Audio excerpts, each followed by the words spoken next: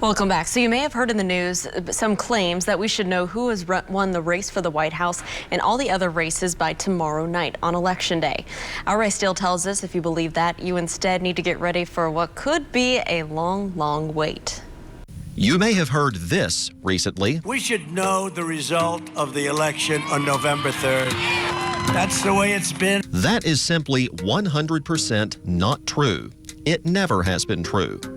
Election rules are different in every state. That's because of federalism. When the country was founded, some powers were delegated to the states, partly to avoid a new monarchy since we were just leaving one, and partly because the federal government was dealing with free states and slave states and did not want to meddle in individual state laws.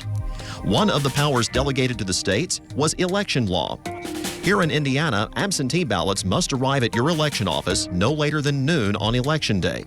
Those offices start releasing results soon after the polls close. But while counting votes moves more quickly these days, with most Hoosiers voting electronically, counting ballots received in the mail, plus all those early votes that were cast this year, will take some time, as one of our political insiders pointed out. In Marion County alone, out of 150,000 votes that have been early cast or absentee, they're saying at the election board they can only count 40,000 a day. That means we won't really know who won up to maybe even a week after the end of Election Day. In other states, it will take even longer.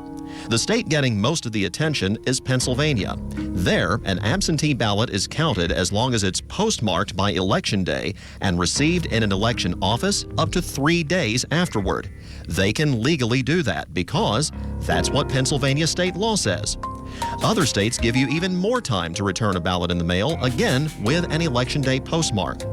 5 states, Colorado, Utah, Washington, Oregon, and Hawaii, do all of their voting by mail, and part of California does too. That means we may not know their final vote totals for up to a week or more. The bottom line, the notion that we'll know who won the races on election night has never, ever been true.